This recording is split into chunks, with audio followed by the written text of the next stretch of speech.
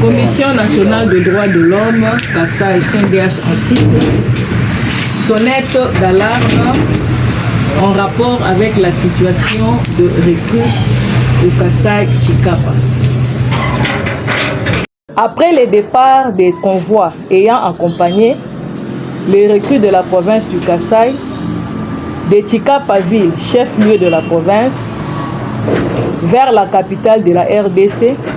un nombre important de plus ou moins 500 recrues, parmi lesquelles 4 filles est encore visible dans la ville dont les conditions de vie sont inhumaines.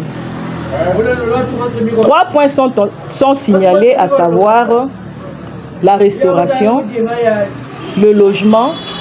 la santé. Sur le plan de la restauration, sans crainte d'être contredit, la CNDH Kasaï signale une divagation des recrues à travers la ville de Chikapa, lesquelles procèdent à la mendicité pour trouver de quoi vivre suite à l'insuffisance alimentaire dont ils sont victimes. Sur le plan de logement, les recrues sont sans abri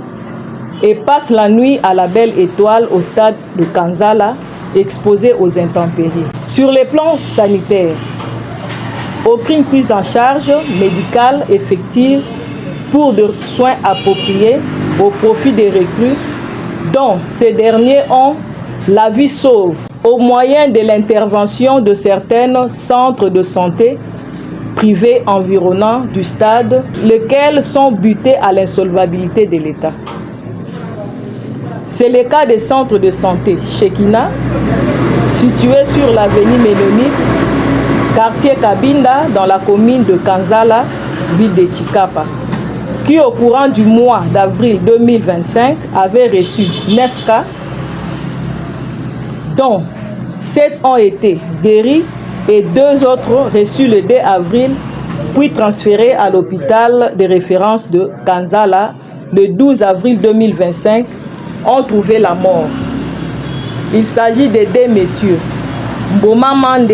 et Mouchina Mwamba, tous de sexe masculin, âgés respectivement de 27 et 23 ans, dont les corps sans vie traînent à la morgue de l'hôpital général de Dibumba jusqu'aujourd'hui. Nous avons comme recommandation, au regard de la situation telle que se présente, la CNDH Kasaï sollicite l'implication des autorités de la province, y compris les élus du Kasaï, de venir en aide de ses compatriotes volontaires par les gestes de générosité afin de pallier à cette situation. Mettre à leur disposition des tentes pour faire face aux intempéries et une prise en charge médicale appropriée et enfin une condition alimentaire suffisante. Merci beaucoup.